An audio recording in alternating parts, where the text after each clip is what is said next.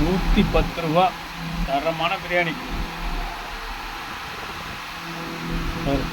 Piece எவ்வளோ piece போட்டிருக்கான் பாரு. 3 4 5 6 7 8 9 9 piece biryani. 9 piece biryani. 4 8 piece. 8 1 2 3 4 5 6 7 8 9 piece ஒரு முட்டை. இதோட விலை வந்து 110 ரூபா. பிரியாணினா இப்படி இருக்கணும் சாப்பிட்றதுக்கு. ஒரு ஆள் சாப்பிட்றது கரெக்டாக இருக்க.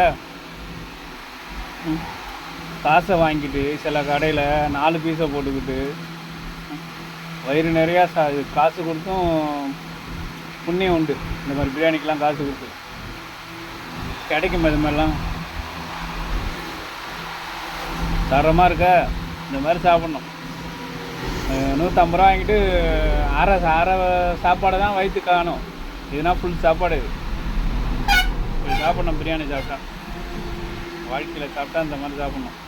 இல்லைன்னா சாப்பிடக்கூடாது.